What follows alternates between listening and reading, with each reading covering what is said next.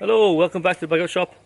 As I said in my previous video, this next video is going to be about my rucksack and how I pack it for overnighting and what goes inside. So stick around for that.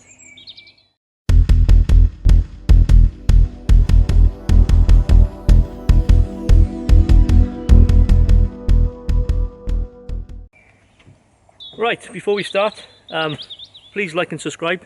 Leave any comments below. I must apologise for the chickens and the birds. We're out in the woods tonight. So we'll start off with this bag. I'll move my old Bergen out the way.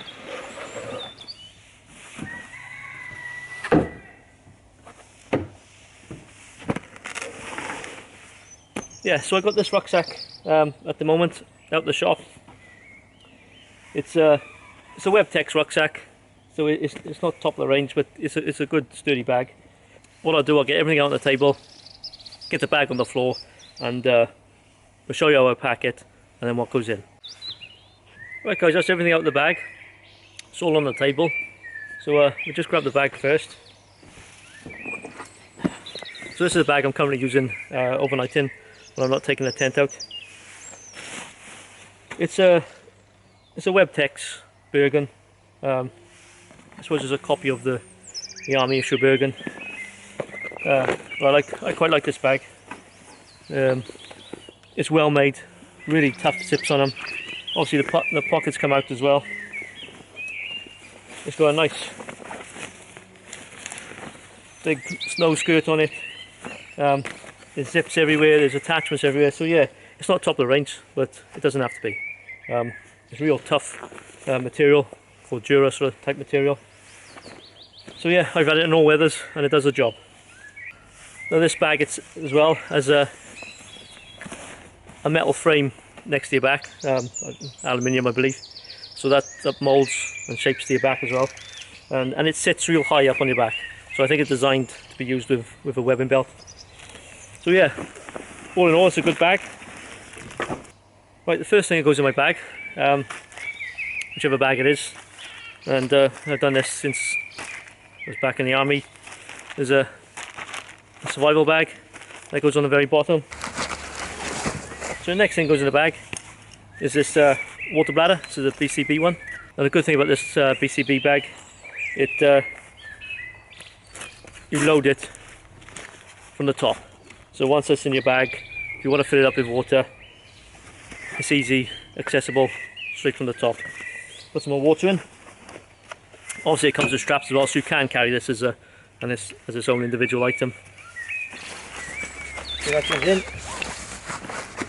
So the next thing goes in the bag is my dry sack. Now this compartment is about 45-50 litres, but my dry sack will hold 80 litres, so I like having a bigger dry sack.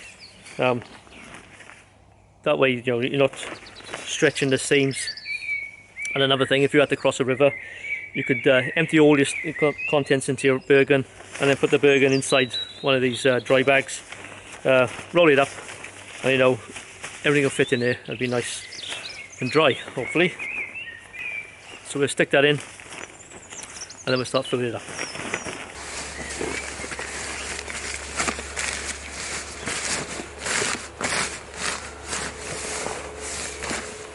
So the next thing I like to put in the bag is my sleeping system. Now, because we're in the end of spring now, summer just around the corner, I use my 2-season sleeping bag. So once the sleeping bag's in, next part of my sleeping system is my bivvy bag. Now if I was using a tent, I wouldn't need the bivvy bag, but as I'm packing a tarp as my shelter, I'll need the bivvy bag, so that will go in next. Now again, this bivvy bag is a few years old, but it's a great bit of kit. I can't remember where I bought it from now, but it's done me well over the years. So I'll stick that in. Fill in all the voids down the bottom around the seating bag.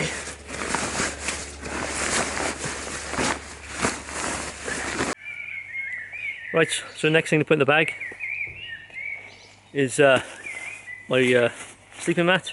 This is a lightweight DD one. So I'll just ram in there. And then the next thing, little comfort item, is my pillow. That will go in. So now my sleeping system is in. Sleeping bag, pillow, sleeping mat, with your bag. The next thing is my spare clothes. So in there, in a little compression sack, is my warm hat, spare pair of socks, and my thermals, which I wear in my sleeping bag at night. So that'll go in next. Now after that's done, the next thing I pack in the main compartment is my admin pouch. So in there I got some toiletries, toilet paper, some wipes, spare laces, just odds and sods really. So that's my little admin pouch. I'll put that in next on the top. On top of that, shamag. 101 different uses for a shamag. You get a towel, filter your water, keep the sun off your neck, anything. There's loads of different uses for a shamag, so that'll go in next. Then I got some personal items. So in this little bag, I got my little bivy light. So this does red light, white light. It's a solar charger, battery bank, does everything. So that goes in that little bag, along with a book for reading and a little radio. Especially if you're on your own, it's a little bit boring at night, so a good book to read. Listen to the radio. If you was travelling with others, and perhaps you wouldn't need them things. So that'll go in next.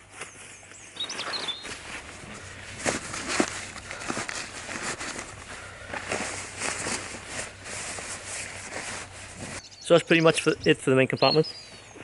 So what I'll do is roll that up.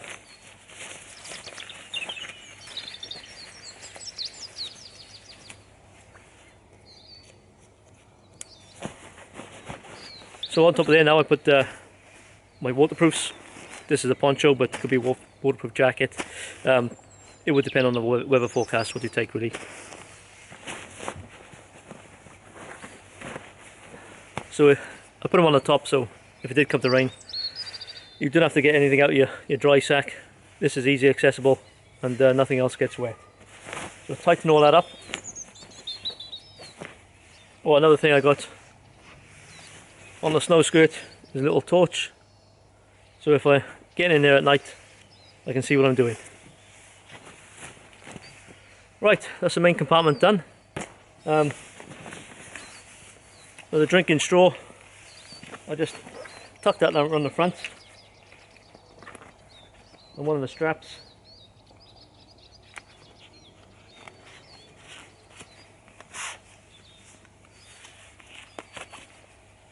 Just like that. Now, side pouch number one. So in this one will be the cooking system. So I got gas, so I'll stick a gas bowl in there. So I've got a little Highlander cooking stove. I think I used that in the last video.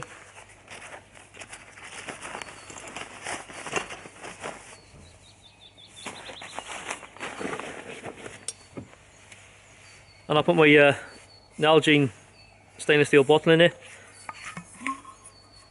obviously full of water.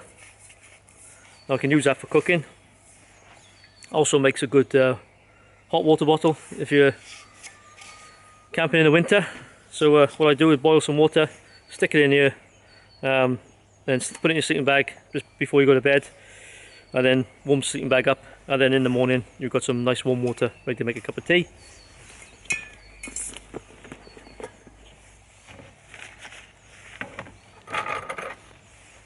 So in there also I'll stick my backup cooking system, which is 6 of these pegs. Stick them in the ground, light the fire underneath, and I can cook away to my heart's content.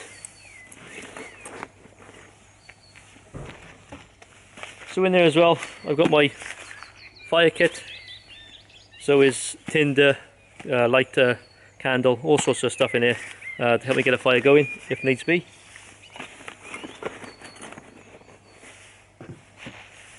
I'll also stick a Bergen cover or rucksack cover in case when we're out and pouring down the rain.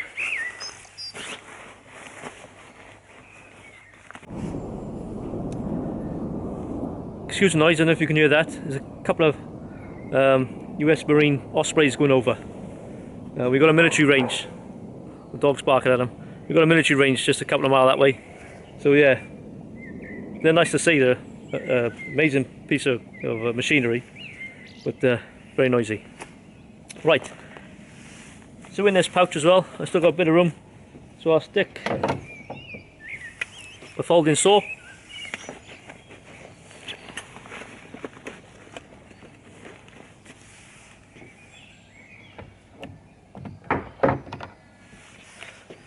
And more a knife.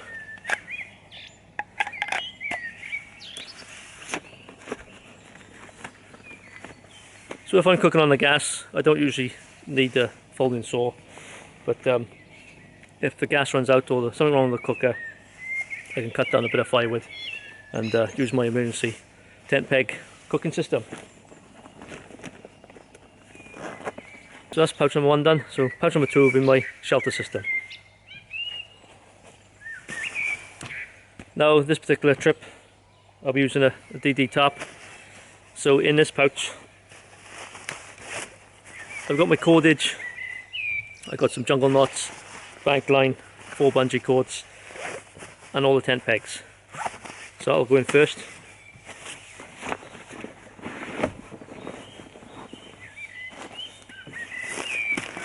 Then I got my tarp. Now also you can use tarp, basher, anything you want really.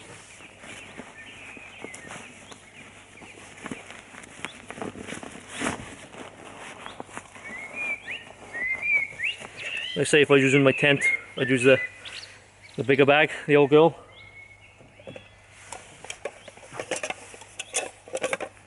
Now on top of that, I've got my Crusader mug, another water bottle, that'll be full of water.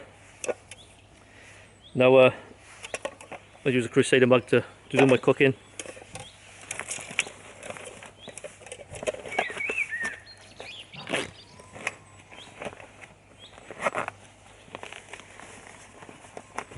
And that's that done. Like I say, I haven't overloaded the pouch, so still plenty of room there. But I'd rather have a bit of room, a bit of slack, so I'm not putting too much pressure on the zips and whatever. Right, so we got the shelter equipment, we've got the cooking equipment. Now it's the food. So I'll put that on the front pouch.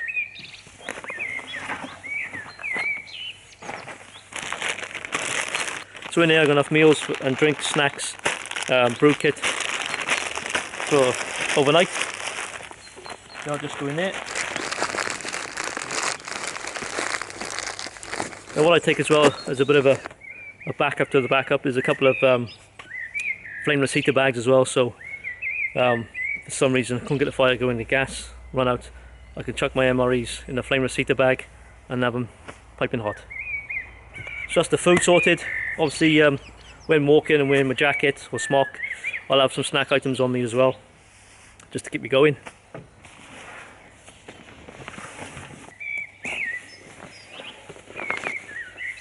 Right, so under the lid there's another really sizable pocket in there. So in there I chuck a few items, such as my gloves, tourniquet, hopefully never have to use it, my torch,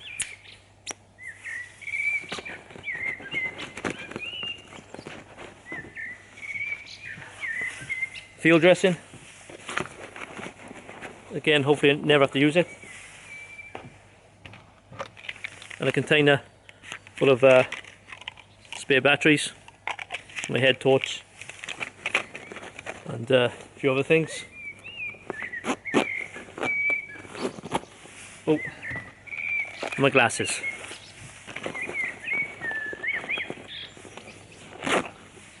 So that's that under the lid. Now there's another pocket on top of the lid. Now this pocket I tend to use for stuff I need to get to easily. So such things as one of the most important things, racing spoon.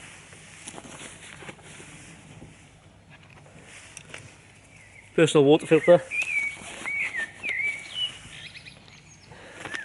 Now this is my first aid kit. So it's something I've made up myself. So there's all sorts in here.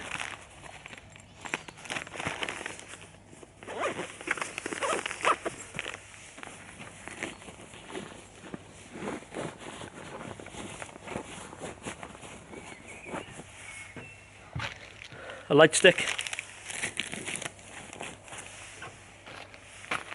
In this little bag I've got a head torch.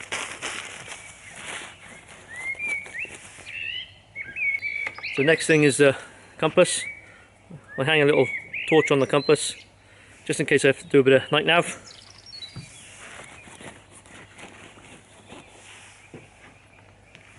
Map. Now when I'm out walking, especially on an area I've never been before, I tend to have the map on me anyway, and the compass. Bit of Vaseline, good starting fires, stops chafing.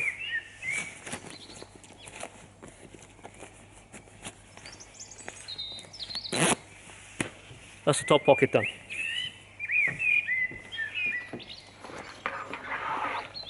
Now apart from the bag, I also carry with me little pouch,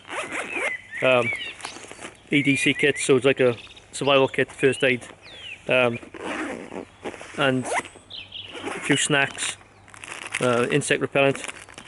So that goes on my belt, or on the belt of the rucksack. So things I can get to real quick. Or if I had to ditch the Bergen for some reason, I can just put this on, and that'll see me through. And depending on what I'm doing overnighting, I'll take this with me as well. So if I need to process any wood, this will do the job. Don't need to carry an axe, so we've got this. And obviously on my person as well, little folding knife. So that's basically it for my small Bergen. I say small, for overnighting. Like I say, there'll be a few things on my smock or jacket as well, a few bits and bobs, but that's the crux of it. Plus my walking poles. So that's the bag packed. Just get it on.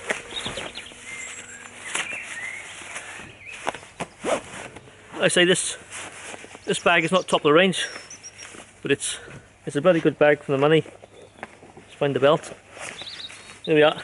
You see it's high in the back, so you can wear this with your webbing if you're into that sort of thing.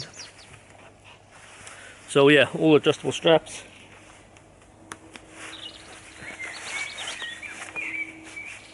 There's no sternum strap on this one, but you can get them fitted. But for the amount of weight this one is, this carries, I don't really need it. So that's it. Bounce test.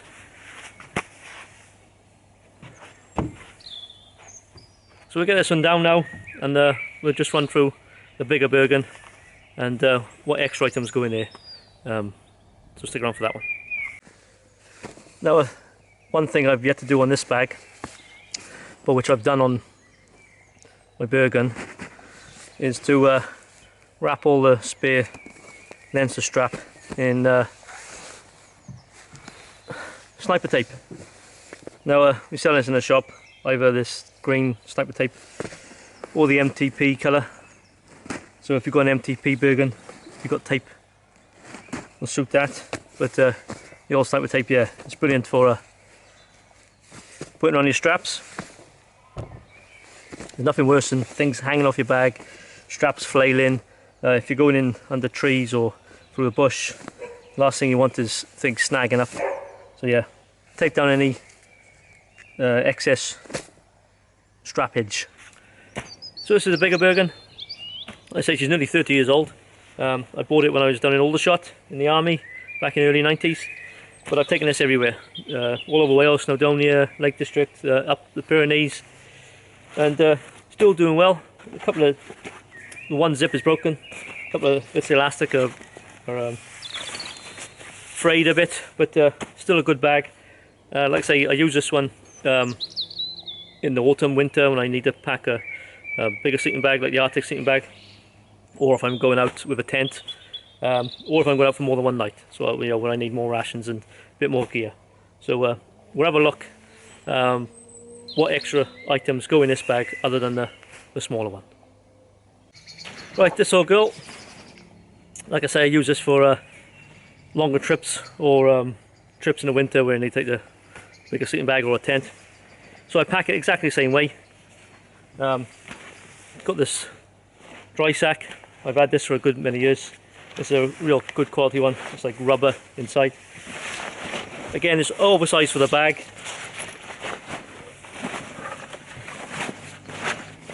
So if needs be, I can get everything out into the Bergen, put the Bergen inside the dry sack, and then if I was crossing a river or something like that, then I know I can keep everything dry.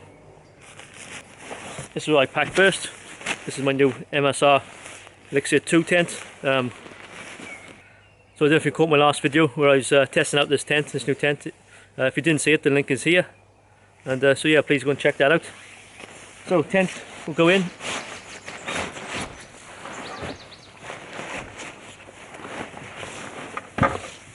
Now I'm not going to pack this bag with all the gear out the other bag.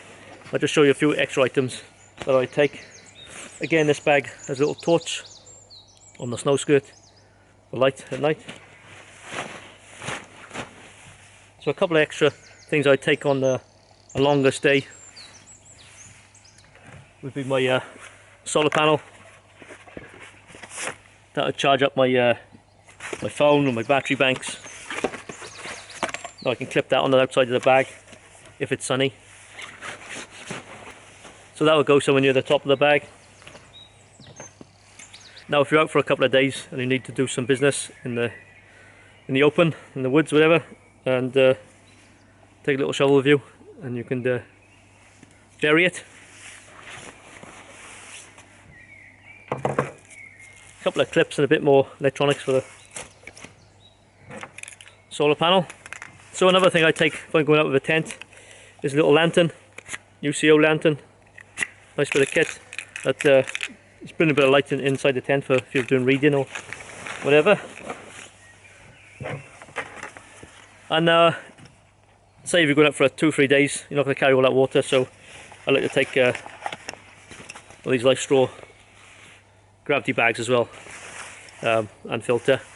So we took this when me and Funky Prep had done a overnight up in the Wild Welsh Hills, where we used this for both of us, filled it all up.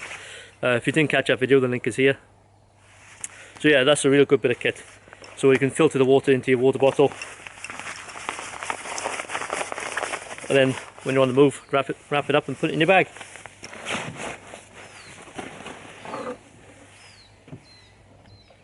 So again, if I was going up for a few days, and depending on what sort of way you were cooking the food, if you're using a lot of wood, I'd probably take a little more camp axe as well. So I put that down the side of one of my rocky pouches, with some straps just down in there. So I'll strap that in, just like that. Now a couple other things to consider, especially if you're going in a group. There's a couple of things I used to have on when I was doing my mountain leader courses. There's a couple of harnesses or straps, a myriad different uses. And if you're going out in rocky terrain, a little bit of rope as well. It's always handy to strap to the outside of your bag, but that will depend on where you're going and you know, what your route is and what the conditions are like. So yeah, apart from them other little extra items, I packed the big bag just the same as I would the small bag. Obviously there's a lot more room, and perhaps if I was going out for a few more days, obviously I'd pack more rations, some more socks and clothing. But that's basically it, guys. So yeah, that will be wrapped up. So another thing I do carry as well, especially when I've got the tent, the bigger Bergen, is my bedroll. so that can go either on the outside of your bag, or you can line the inside of your bag and stuff everything inside that.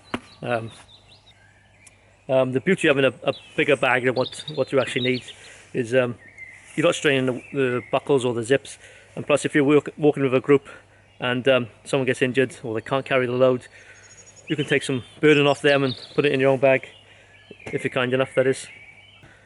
So I'll be interested to see all your comments on that, guys, and how you pack your bag and how you think I pack mine. But like I say, it's a personal thing. Everybody packs it differently, and everybody's bag is different. So it's no one size fits all. So there we are, guys. Hope you liked the video. If you did, please like and subscribe, and leave any comments below, and we'll catch you on the next video. All the best. Bye for now.